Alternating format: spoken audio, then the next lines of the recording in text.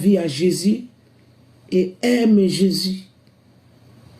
Et des fois, il y a des gens qui ont l'esprit d'échec. Donc l'esprit d'échec là, il n'y a que Jésus qui peut l'enlever. Les condamnations de la famille, c'est Jésus qui peut l'enlever. Vous savez, moi, quand Dieu m'a amené, quand j'ai eu mon appel, j'avais une condamnation de cigarettes. J'arrivais pas à arrêter la cigarette. Donc les gens me voyaient fumer, les gens ne croyaient pas en mon Dieu. Les gens croyaient que je n'étais pas converti parce que arrêter de fumer, c'était trop fort pour moi. C'était trop dur pour moi, arrêter de fumer. Or, j'ai jeûné 40 jours, 40 jours, 40 jours. Après, dès que j'ouvrais les jeûnes, je me jetais dans les cigarettes. Donc, c'était trop dur, trop compliqué pour moi pour arrêter la cigarette. Les gens qui me connaissaient quand je fumais. Donc, je me suis converti, mais j'ai fumé encore 10 ans. 10. Donc, j'allais chez mon pasteur. Ah, comme je ne suis pas hypocrite, je sortais dans son balcon, j'allumais ma cigarette. Donc, j'étais folle de Jésus, mais je fumais. Comment expliquer ça? J'avais le nom de Jésus. Donc, j'avais la folie du nom de Jésus. Mais je fumais. C'était trop dur pour moi d'arrêter la cigarette. C'était trop dur. Et j'ai commencé à recevoir des chansons. J'ai fumé. Les chansons prophétiques, j'ai fumé. Voilà pourquoi je t'ai dit, quel que soit ton état, donne ta vie en Jésus. Suis Jésus. Prends courage. Aie la foi. Donc j'ai fumé comme pas possible, comme si on m'avait ensorcelé avec la cigarette. Moi-même j'ai demandé, mais comment j'arrive pas à arrêter la cigarette? C'est plus fort que moi. Le plus que les jours passaient, le plus que je fumais de plus en plus, beaucoup. Et un jour, je me suis dit, non. Je dois arrêter, parce que j'étais en studio pour mon deuxième album. Mon premier album, j'ai fumé. Hein.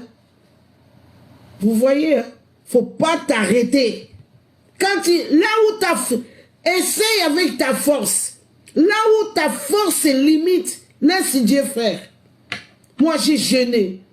J'ai cherché Jésus. J'ai vécu une année à l'église. Ici en Belgique. Je ne parle pas du Congo, ici en Belgique. Moi, je suis resté une année à l'église. Je n'ai pas arrêté de fumer. Alors, j'ai dit, je ne me prends plus la tête. Mais Dieu, ce qui est sûr, moi, je ferme le studio pour mon deuxième album. J'attends que tu m'aides à arrêter la cigarette. Dans le deuxième album, j'ai entendu, il y a un blanc, il y a un pasteur allemand qui habite en Allemagne. J'ai beaucoup lu ses livres. Je savais que lui, il est vraiment dans le ministère de délivrance. Alors, il venait chez le pasteur Kibutu. Alors, quand j'ai vu la publicité, j'ai appelé Mme Magui. J'ai dit, Mme Magui, on va aller dans ce séminaire-là chez pasteur Kibutu. Alors, on est allé chez le pasteur Kibutu. Alléluia! Ne te sous-estime pas. Mon premier album, j'ai fumé. J'aime Dieu, je le suis, je jeûne, j'ai pris. J'arrive pas à arrêter la cigarette. Quel témoignage! Et on est allé chez pasteur Kibutu. Et le pasteur, le pasteur qui avait le ministère de la délivrance, il n'avait pas encore prêché. Il y avait la modération, il y avait le mouvement de chanter, les chantres chantaient, il y avait l'adoration. Et là, il vendait aussi ses livres. Mme Magui a acheté les livres. Alors moi, j'ai pris les livres, j'ai commencé à lire. En analysant là, vous savez, les petits somnolences là, des 5 secondes là, hein, ça m'a pris. Alors Dieu me parlait. Il m'a dit, pourquoi tu t'inquiètes beaucoup comme ça pour la cigarette? Alléluia. Il dit, pourquoi tu t'inquiètes beaucoup pour la cigarette? Pourquoi? Tu ne sais pas que ta cigarette là, c'est un lieu de sang. Ah! J'ai dit, il n'y a que Jésus qui peut faire ça. Tout le monde me croyait, me traitait pour un faux chrétien. Tout le monde me traitait pour la sorcière. Tout le monde me rejetait, me repoussait parce que je fumais. Il n'y a personne qui croyait à moi. Mais là, Dieu commence à me parler. Pourquoi tu t'inquiètes pour la cigarette? Tu ne sais pas, ta cigarette là, c'est un lieu de sang. Aïe! Alors, c'était une somnolence de 5 secondes comme ça. Alors Dieu me dit, tu ne vois pas dans la famille de ton papa, tu n'as pas vu comment tout le monde sont dans les... Comment on appelle ça, les tumbaku là, qui sont dans le poudre nasale là, qui sont dans les poudres nasales. Tu n'as pas vu ça? Ton papa, il met les poudres nasales dans le nez. Les mamans, ta grand-mère qui a fait ton papa là, la maman de ton papa, il met les poudres nasales dans la bouche là. Tu sais pas, toutes tes tantes, il met les poudres nasales, toutes tes tantes paternelles, maternelles, dans toute la famille de ton papa. Tu ne sais pas qu'il met les poudres nasales, tu as oublié. Et alors tu es né dans avec le lien de sang, de la cigarette. Donc tu es né avec ça. J'ai dit, ah bon? Waouh! C'est Dieu! Arrêtons, hein? Laissons Dieu faire. Tu sais, moi j'ai une expérience. Hein? Moi je ne condamne pas. Laissons Dieu faire son travail. Si Dieu t'a pas dit quelque chose, demande-lui. Arrête d'accuser, d'offenser. Voilà pourquoi l'église est vide maintenant. L'église est vide. Tout le monde sont sortis de l'église. Parce que tout le monde croit qu'ils sont capables. Donc c'est Dieu qui me dit, tu ne sais pas que ta cigarette là, c'est un lieu de sang. Regarde la famille de ton papa. Tout, de génération en génération, ils vivent avec les poudres nasales. Donc toi, tu es né avec ça dans le sang. Tu ne peux pas arrêter. Dieu me dit, Dieu me dit. Alors depuis là, j'ai commencé à couper ces liens. Dès que je prends la cigarette, j'ai dit au nom de Jésus, je coupe ces liens de sang qui me lient avec toi cigarette. Alors j'allume.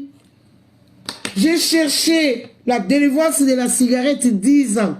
Mais quand Dieu m'a dit, j'ai fait 2 mois. J'ai arrêté la cigarette jusqu'à aujourd'hui. Voilà pourquoi j'ai toujours dit, avec Jésus, nous devons arriver. Nous allons arriver. Tu dois y arriver, quelle que soit la dimension des problèmes. Là, il n'y a pas longtemps, j'ai vécu avec une maison là qui a failli me tuer là. Une maison empoisonnée qui m'a donné toutes les maladies possibles. On m'a opéré 7 fois en une année. En une année, 7 fois. Les gens qui me connaissent, ils vont voir que j'étais devenue moche, pas bien. Comme je suis une femme courageuse, donc j'étais toujours debout. Mais j'étais trop malade, je dormais avec l'oxygène. Donc tu ne pourrais pas savoir. Même les docteurs ne pourraient pas m'aider. Donc j'étais aujourd'hui opération, demain opération, demain. Même les docteurs, ils ne savaient pas la cause, la source de la maladie. Même les docteurs, non, ils ne savaient pas. Mais c'est Dieu qui vient me souffler. Mais toi, tu ne comprends pas. Toi, tu aimes faire des recherches, non? Tu n'as pas compris, c'est cette maison-là qui te tue. C'est cette maison-là. Des fois, tu vois les petites humidités là. Tape un peu sur Google. Tu vas voir qu'est-ce que ça va donner. Là, le Saint-Esprit me dit. Alors, j'essaie de taper comme ça toutes les maladies que j'ai portées. toutes les opérations, tout est sorti. Je suis allé voir mon médecin traitant, j'ai dit, docteur, j'ai trouvé ma maladie. Il m'a dit, madame Mavinga, arrête, on est en Europe, il faut les examens. Et je suis allé faire les examens. C'était ça, la maison qui me tuait. Et depuis là, depuis que Dieu m'a parlé, je n'étais plus hospitalisé. Plus jamais hospitalisé, plus jamais. Heureusement, c'était avant le corona. Si c'était pendant le corona, on a failli me tuer. Donc, on ne joue pas avec ce Dieu-là. Quand on parle de Dieu, on connaît un peu sa grandeur. On connaît un peu sa grandeur, sa largeur. Confie-toi en Dieu. Quelle que soit la condamnation, tu vas y arriver. Voilà pourquoi on a parlé avec Dieu. Nous ferons des exploits. Il écrasera nos ennemis. Quelle que soit la dimension de la malédiction. Donc c'est la cigarette qui m'a empêché d'être délivré totalement de servir mon Dieu. C'est la cigarette, ça m'a pris 10 ans, 10 ans. Quel retard. Alors comme on a des pasteurs aveugles, comme on a des enfants de Dieu aveugles, tout le monde me condamnait. Quel retard. Heureusement, Jésus est bien et bon. Il m'a dit, non, ma fille. Pourquoi tu t'inquiètes? C'est un lieu de sang.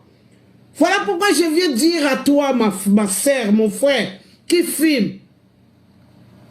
Cherche un peu à demander Jésus. Pourquoi je filme? Pourquoi j'arrive pas à arrêter? Toi qui bois beaucoup là. Des fois tu bois beaucoup parce qu'on t'a donné seulement le nom de votre tante qui buvait beaucoup là. Il y a aussi les liens de nom. Vous savez, ne soyez pas ignorants. Soyez pas ignorants. Les choses sont tellement spirituelles. Ne soyez pas ignorants. Comment expliquer à un médecin, moi je fume beaucoup parce qu'il y a un lien de sang. Il va te trouver malade. Donc nous devons faire très attention. Nous devons être éveillés. Voilà pourquoi la Bible dit, le Seigneur dit à Josué, prends courage, tiens-toi bon. Donc c'est des choses qu'il faut être très courageux. J'ai voulu passer un message à une personne.